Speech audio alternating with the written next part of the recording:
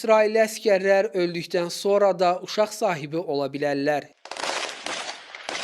2023-cü ilin 7 oktyabrında İsraildə yeni bir qanun qüvvəyə mindi. Əgər əskər döyüşdə həlak olarsa, həyat yoldaşı 24 saat ərzində orduya müraciət edə bilər. Bunda məqsəd hamilə qalmaqdır. Belə ki, İsrail ordusunda xüsusi sperm qoruma bölməsi var. Həlak olmuş əskərin bədənindən sperma götürülür və həyat yoldaşının bətninə köçürülür. Ölümdən sonra belə bir əskər övlad sahibi ola bilir. İsrailin demoqrafik siyasəti bu səviyyədə ciddidir.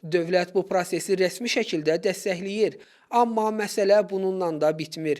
İddialara görə İsraildə həbsdə olan Fələstinli məhbusların sperması da gizli yollarla Qəzzaya göndərilir və orada həyat yoldaşlarının hamilə qalması təmin edilir. Bu artıq sadəcə bioloji proses deyil, bir demoqrafik savaşdır. Eyni torpaq uğrunda iki millətin, iki siyasətin, iki gələcəyin bir bədəni paylaşmaq uğrunda mübarizəsi.